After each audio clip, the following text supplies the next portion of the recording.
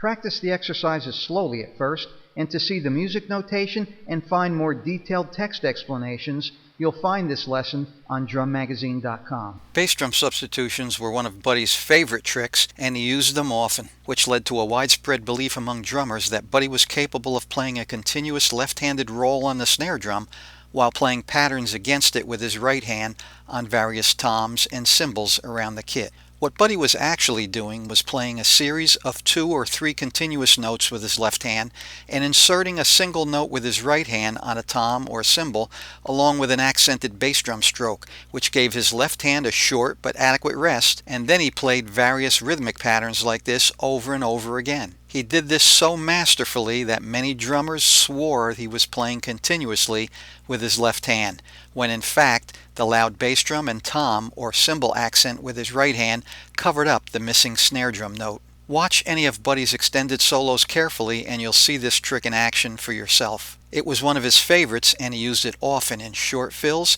and in extended solos.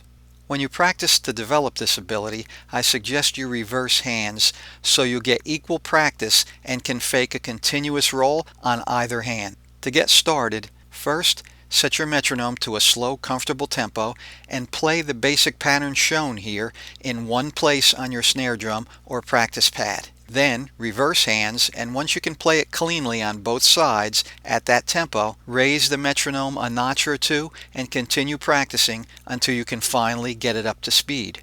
This sticking pattern is simply a combination of wrist and finger strokes. The wrist strokes look like this.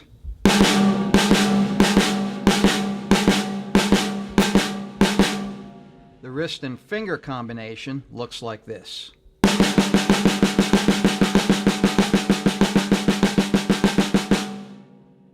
Played up to speed, it looks and sounds like this.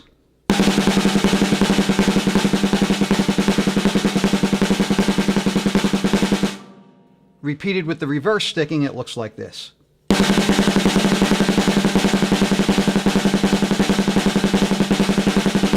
The next step is to move this pattern to the drum set, first playing the accents in the basic pattern with your right hand and bass drum while the right hand moves between various toms and cymbals, and the unaccented left hand part on the snare drum. You'll also want to practice this pattern reversing hands as well.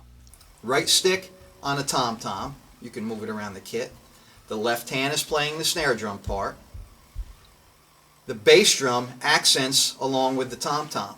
You can either play the tom-tom and the bass drum together or a cymbal and the bass drum together to cover up that missing snare drum note. And this is what it sounds like in slow speed.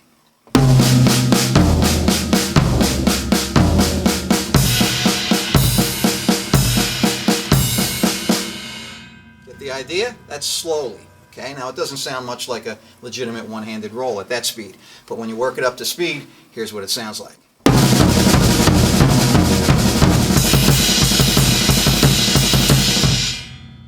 Not bad, huh? For a non-legit one-handed roll. Check it out. I'm sure when you get it up to speed, you can fool almost anyone.